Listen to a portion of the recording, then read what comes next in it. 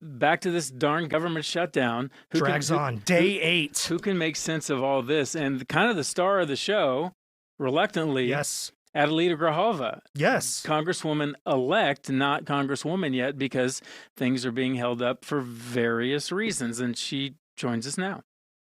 Congresswoman-elect, how are you? I am okay. Head above water. How are you? Well, watching this government shutdown as it's happening, I think just a lot of Arizonans frustrated of why can't they just get along? That's, I think, the overwhelming feeling. But can you talk a little bit about your thoughts just on the shutdown first, and then we'll get into the frustration with you got to get your seat. I do. So in regards to the shutdown, the House Republicans put forward what they consider a clean CR, which it isn't, because there was no input by Democrats. So there was no real concerted effort to include the concerns of Democrats into that continuing resolution. And so when it goes over to the Senate, it has now been shot down 6 different times. Speaker Johnson is, not calling Congress back. And we in this community where I live, in CD7, we have over 10,000 civil federal employees.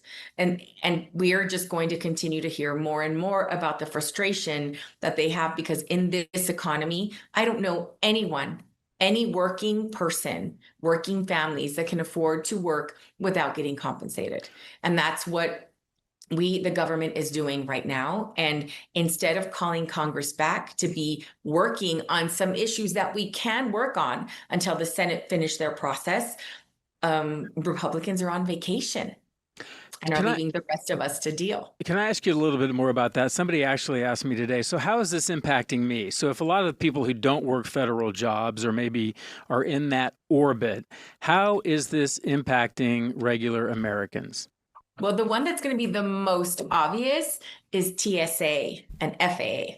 So our being able to get around in our community is going to be incredibly difficult. I mean, my daughter had a flight today and they were recommending 4 hours to come in. And this is Tucson. So it's not, it's not the hugest metropolitan area, right? But it's Tucson. And because of the delays and cancellation in other places, it's causing a ripple effect here. And so TSA is working without a check. We have veteran administration, different civilian positions there. Everyone has been furloughed, and those that are deemed essential are coming to work. But then there's this constant threat from Trump of, if we just might fire everyone, we might not pay back pay. So those are the issues there. We have people from every part of government, like our VA nurses, we have park rangers. I mean, the impacts, you don't really even fully appreciate them until you start listing them out. And again, we have people that are, the trickle down is going to be restaurants and other businesses that are not going to see business because of people not spending money. They're going to save as much as they can if they don't know when they're going to get another check. So the last time we had a shutdown, the economic impact was $11 billion. So every day that we are in this shutdown, the consequences continue to get greater and greater for our communities. Congresswoman-elect, let's get into the fireworks that happened on Capitol Hill today. So Senators Mark Kelly, Ruben Gallego, they both held a press conference right in front of Speaker of the House Mike Johnson's No accident, office. by the way. No, not at all. Gathered the media, said, hey, we're going to do this. One of the big topics, obviously, was your seat on why Speaker Johnson has not sat you when there is a precedent with other members of Congress being sworn in, even during a pro forma session where we're at. But a little bit of the fireworks played out. Speaker Johnson walked up to him, knew this was happening, said, hi, gentlemen, and then they got into it. But if we could play that soundbite, Mike, that'd be great.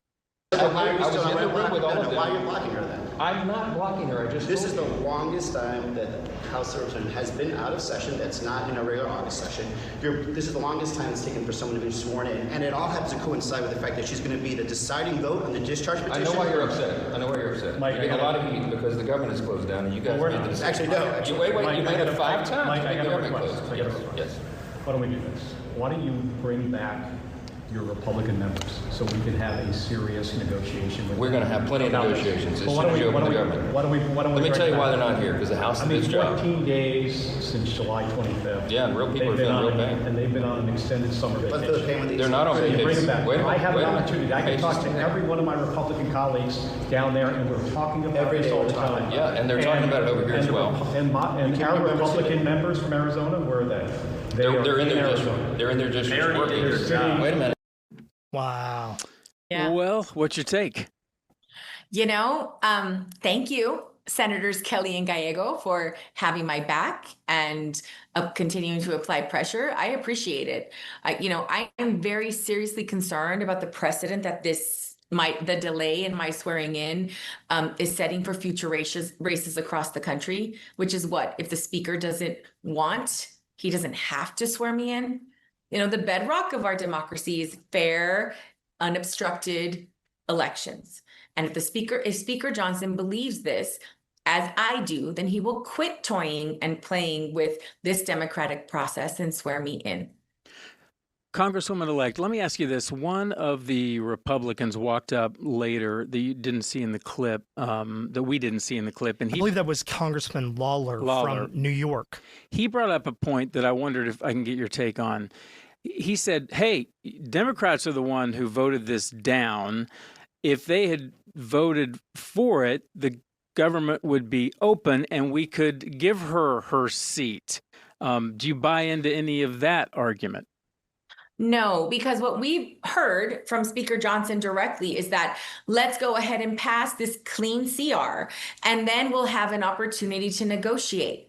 But we had this situation earlier in the year, and we're still at this point where millions of Americans are going to lose health care or have to pay higher premiums because we cannot get to the table and negotiate what the vast majority of Americans want to see, which is an extension of the ACA subsidies. What is going to happen here just in Arizona? 1 in 5 children are going to lose their health care. 1 in 5. And I don't know how that plays out across the nation, but I guess my guess is the numbers are going to be similar. And so I don't know how in good conscience we can move forward with so many people losing access to what really is life-saving healthcare. Congresswoman-elect, so we're talking about healthcare there, but the point that both senators brought up right to the Speaker of the House's face was about Jeffrey Epstein. And I think a lot of Arizonans, they might be watching this going like, I might be losing my health care on that situation. Right. I'm having a hard time paying my bills as it is. Why should I care about Jeffrey Epstein? What's your message to them right now?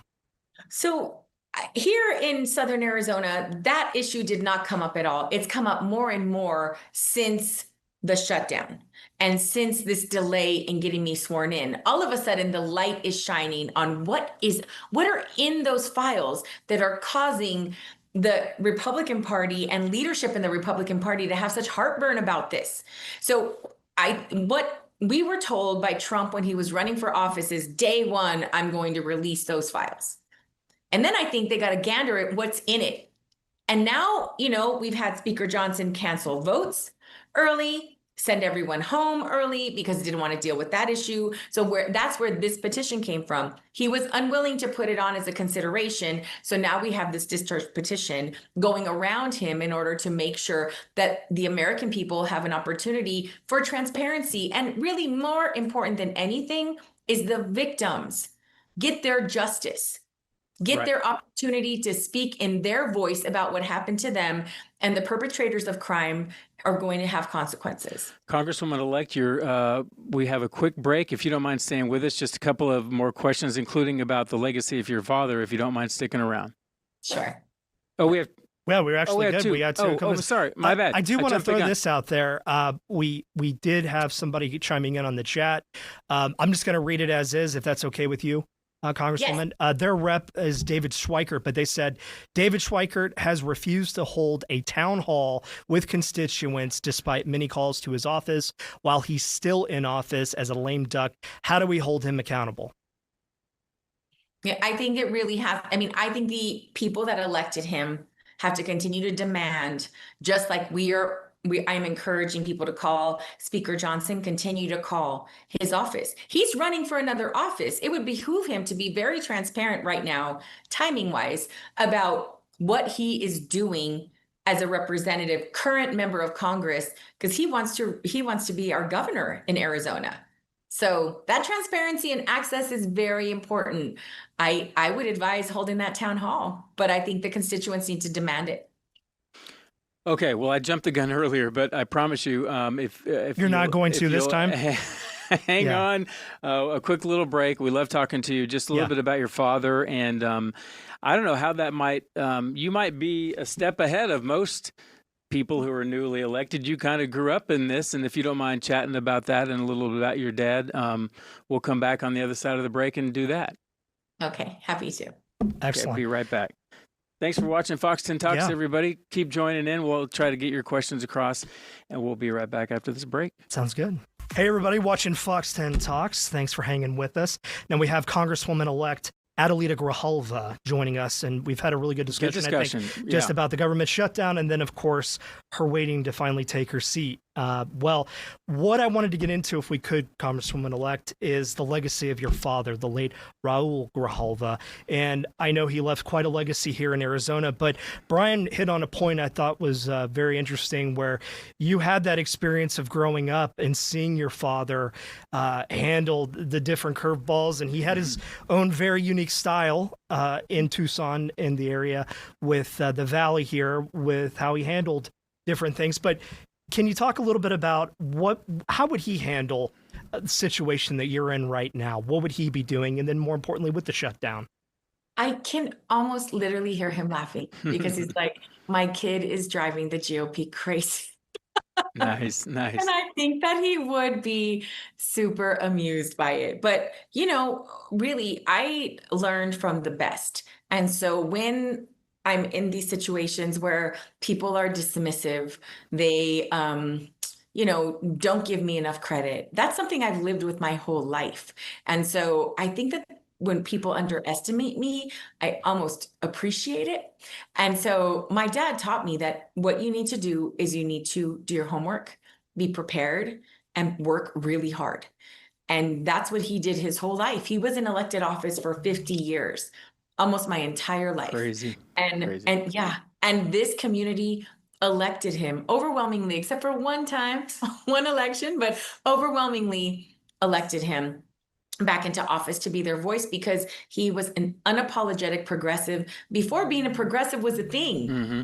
He was a co-sponsor of the Congressional Progressive Caucus. Period. I mean, he hands down most progressive member of Congress, period.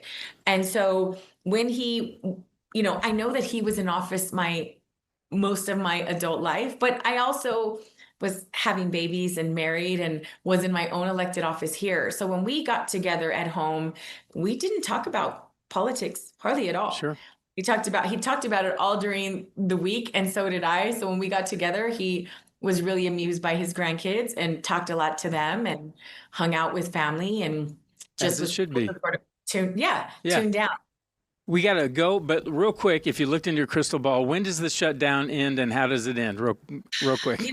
I wish that I could say that we're going to have a moment. I hope that the Senate is willing to negotiate between Republican and Democrat so we can get something that is workable that can come back to the House. Democrats are going to stand firm on healthcare. We're going to prevent the closing of rural hospitals.